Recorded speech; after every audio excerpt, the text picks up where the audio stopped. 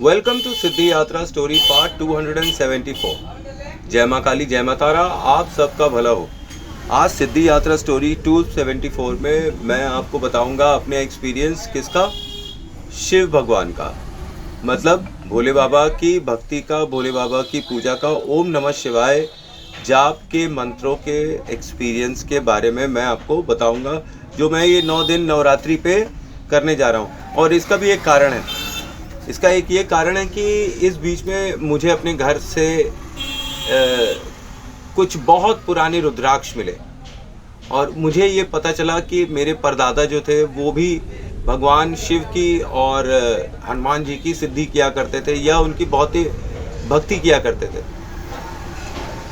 वैसे भी मेरे कुल देवता जो हैं वो भोले बाबा हैं।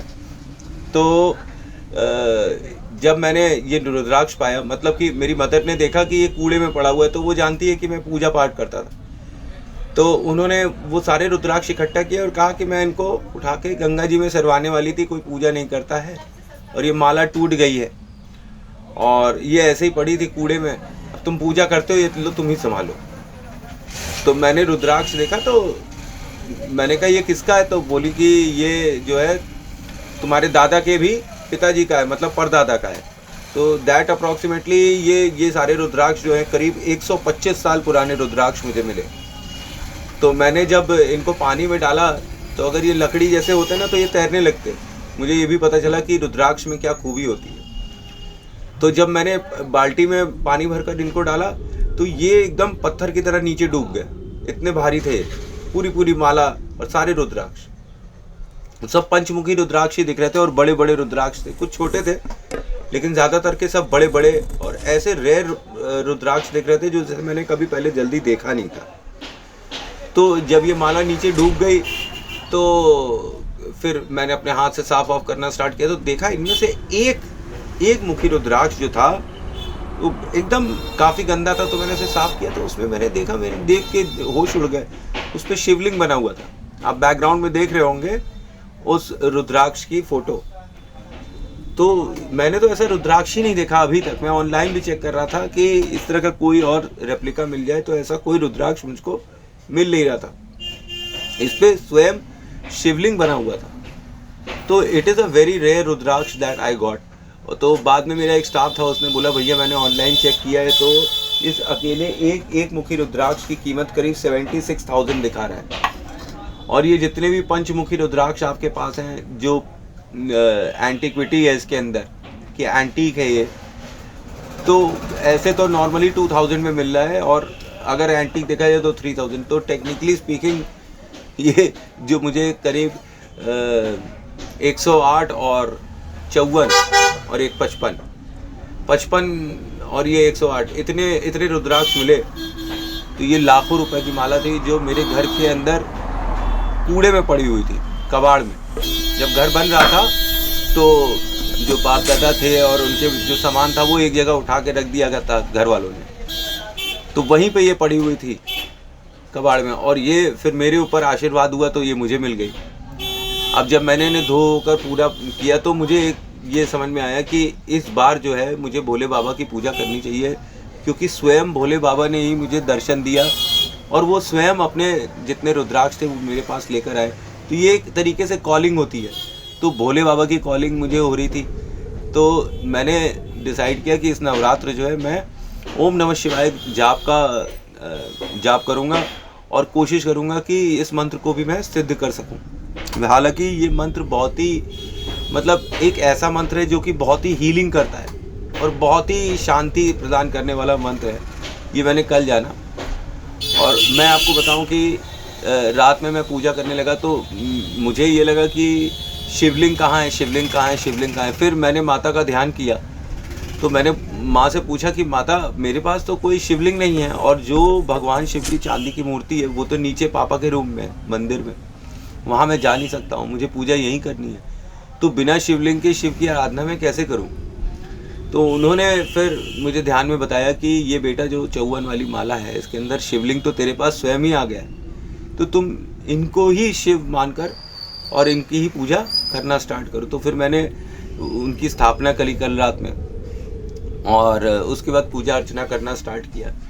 अब जो 108 की माला थी वो इतनी बड़ी और मोटी थी कि मैं एक हाथ से तो उसको जाप ही नहीं कर पा रहा था। तो फिर मैंने दोनों हाथ लगाए जाप करने के लिए।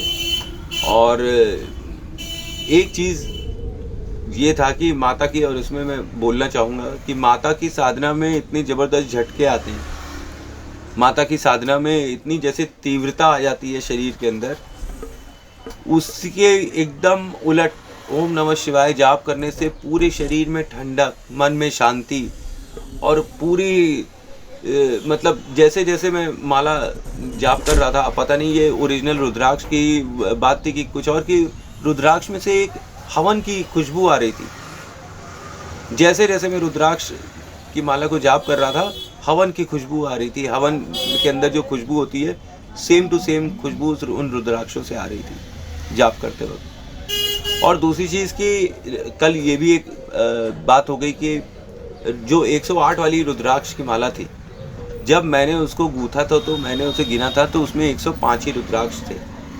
तो मैं बड़ा परेशान था कि मैं किस माला से जाप करूं, ये 54 वाली माला से जाप करूं जो मैंने अभी गूथी है, या ये 105 वाली का मैं करूं क्या, माता को अधूरी रुद्राक्ष की माला चढ़ाऊंगा कैसे, अगर इसको मान लो माता को भी चढ़ा रहा हूँ तो, और अगर जाप भी कर रहा हूँ तो 105 की रुद्राक्ष से कैसे जाप करूँगा। तो फिर मैंने कल करीब 2 बजे के आसपास मैं ध्यान करने लगा, तो मेरे मन में पता नहीं क्या आया कि मैंने फिर से उन रुद्राक्षों को गिनती करना चालू किया, एंड टू माय सरप्राइज वो 105 नहीं 108 निकल गई। अब ये एकदम ही अचंभित करने वाली बात थी, क्योंकि मैंने 2-3 बार उस रुद्राक्ष को गूंथते वक्त गिनती करी थी और वो 105 ही थी। और कल रात में वो 3 रुद्राक्ष कहाँ से आ गई मुझे नहीं पता। वो उसमें देखा कि 108 रुद्राक्ष तो उसके अंदर ऑलरेडी है। तो अपने गुरु से मैंने उनका दिया हुआ मोती इसमें लगाया, क्योंकि गुरु की ब्लेसिंग्स होनी चाहिए हर माला में, और ये तो भोले बाबा की माला है। तो सफ़ेद कलर का मोती एज अ वरुण मैंने लगाया उसमें, और फिर उसको गूथा, और फिर कल रात में उसी से ही जाप किया। तो पूरे जाप में एक चीज़ थी कि पूरे कमरे में एक अच्छी खुशबू थी, और काफ़ी मतलब धूप का धुआं जो है, जो धूमी मैंने जला रखी थी, तो वो काफ़ी कमरे में फैली हुई थी। अब 9+1 की जो मैं पूजा किया करता था, वो पूजा इसमें एप्लीकेबल नहीं है। माता ने बोला 9+1 की जो पूजा तुम करते हो, ये देवी और शक्ति की पूजा है, इसके अंदर किसी भी मेल एंटिटी की कोई ज़रूरत नहीं होती है, और ना इससे सिद्ध होंगे। तो शंकर भगवान की पूजा मैंने बहुत ही मतलब सादे ढंग से करी। एक सफ़ेद बर्फ़ी भोग में लगाया, लौंग दिया, और दीप दान किया, वस्त्र दान किया, मतलब ये चढ़ाया। और जैसे मैंने आपको बताया, काली मिर्च और चावल और क्या कहते हैं, पीली सरसों और कपूर, और क्या कहते हैं उसको, और क्या क्या चीज़ चढ़ाया था, मिठाई तो चढ़ाया ही हुआ था, मिश्री, यस मिश्री और फूल, ये सब चीज़ें मैंने भगवान शंकर को कल चढ़ाई, अर्पण करी, और गुलाब जल से उनका स्नान किया, हल्दी चढ़ाई, उनके ऊपर हल्दी छिड़की, और रोली कुमकुम लगाया, और एक हवन किया। स्टार्टिंग मैंने करी है, मैंने प्रार्थना करी कि मैंने अभी तक भगवान शंकर आपकी पूजा नहीं करी है, माता की पूजा करी है, और माता के बच्चे बहुत ही बिगड़े हुए होते हैं, तो अगर कोई गलती हो जाए तो प्लीज़ मुझे माफ़ करिएगा। ये सोचकर मैंने जब अपना जाप स्टार्ट किया है अपनी आंख बंद कर कर, तो आखिरी माला तक मुझे केवल एक ही दृश्य दिखाई पड़ रहा था। मुझे बड़ी हंसी आ रही थी उस दृश्य को देख के। गणेश भगवान खड़े थे, उनके पैर के पास एक काला कुत्ता था जो पूंछ हिला रहा था, और सामने शंकर भगवान सारे देवताओं के साथ उनसे कुछ लड़ाई जैसी बातें कर रहे थे। इसी ही एक इमेज में पूरा मेरा ध्यान और जाप खत्म हो गया, और जाप बहुत ही अच्छे से हुआ, कोई तकलीफ नहीं हुई। इवन जो पेट का दर्द हो रहा था वो भी काफ़ी हल्का हो गया, जो अभी स्टार्ट हो गया, पता नहीं कैसे जाप करने के पहले, लेकिन जैसे ही ओम नमः शिवाय ओम नमः शिवाय ओम नमः शिवाय ओम नमः शिवाय जाप कर रहा हूँ तो काफ़ी रिलीव हो जा रहा है।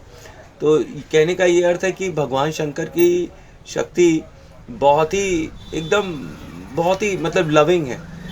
मुझे तो ऐसा लगता है कि भोले बाबा सच में बहुत भोले हैं और बहुत लविंग हैं। हम तो माता की पूजा करते हैं और माता बड़ी कठिन परीक्षा लेती है, और शायद भोले बाबा कम कठिन परीक्षा लेते होंगे। इसीलिए जब मैंने उनका जाप किया तो पूरे शरीर में बड़ी शीतलता महसूस हुई, एक ताजगी से महसूस हुई। तो ये था मेरा एक experience on first night of Navratri ओम नमः शिवाय जाप का, जो मैं फ़र्स्ट टाइम कर रहा हूँ शिव की आराधना। तो ऐसे 9 दिन तक क्या होगा वो मैं आपको बताऊंगा, क्योंकि 9 दिनों में माता की शक्ति बहुत तेज़ हो जाती है, और मैं तो माता का भक्त हूँ। मैंने माता से बोल रखा है, माता मेरी सिफारिश लगा दो, और भोले बाबा को भी मुझे उसी तरह से प्यार करवा दो जैसे कि मैं तुमसे करता हूँ। उसी प्रकार से मैं भोले बाबा को भी प्यार करूँ जैसे मैं तुम्हें करता हूँ। ऐसा कुछ काम कर दो मेरे साथ। और दूसरी चीज़, मैं आज लाइव नहीं आ पाया टाइम से, क्योंकि भाई बैंक वाले बुला लिए, फिर कोई जिम्मेदारी अचानक से उसी टाइम पर आ जाती है। जैसे मैंने बोला कि जब भी मैं वीडियो बनाता हूँ तो कोई ना कोई आकर खड़ा ही हो जाता है, तो आज लाइव इसीलिए आ नहीं पाया हूँ। बहरहाल मैंने एक सूत्र आज कुंडली के लिए लगाया हुआ है, क्योंकि मुझसे कल लाइव के सेशन में एक जन ने पूछा था कि हम कैसे जानें कि हमारा जीवन साथी कैसे होगा कुंडली से, किस तरीके का अपीयरेंस होगा, क्या नेचर होगा। तो उसके लिए मैंने एक सूत्र 58 का वीडियो भी डाला हुआ है आज, तो उसको भी देख लीजिएगा, तो आपको काफ़ी कुछ पता चल जाएगा। कल लाइव में 4 बजे ज़रूर मिलेंगे। आज लाइव आ नहीं पाया क्योंकि टाइम ही नहीं बच पाया, उसी टाइम पर कई काम आ गए, तो वो बहुत ज़रूरी थे, तो इसके लिए क्षमा चाहूँगा। कल 4 बजे मैं फिर से लाइव ज़रूर आऊँगा और कुंडली का कुछ ज्ञान आपको दे दूँगा। अगर एनालिसिस नहीं कर रहा हूँ तो कुछ कुंडली के बारे में ही बताऊँगा कि आप अपनी कुंडली से क्या क्या चीज़ें खुद से जान सकते हैं, और किसी को कुछ प्रॉब्लम होगी तो वो वही बता सकता है लाइव। ठीक है, तो थैंक्स फॉर वॉचिंग। जय माँ काली, जय माँ तारा, आप सबका भला हो। आई होप आपको मेरी इन्फॉर्मेशन अच्छी लग रही होगी। कल के एपिसोड में मिलते हैं सिद्धि यात्रा स्टोरी और चैनल को लाइक शेयर सब्सक्राइब कर दीजिए। भाई सब्सक्राइबर्स ही नहीं बढ़ रहे हैं, ऐसा क्यों कर रहे हैं? अपने दोस्तों के बीच में थोड़ा डिस्ट्रीब्यूट कर दीजिए, सब्सक्रिप्शन बढ़ जाए, चैनल की ताकत बढ़ जाएगी। और हाइप करना नहीं भूलिएगा, पॉइंट्स देना नहीं भूलिएगा। ओके।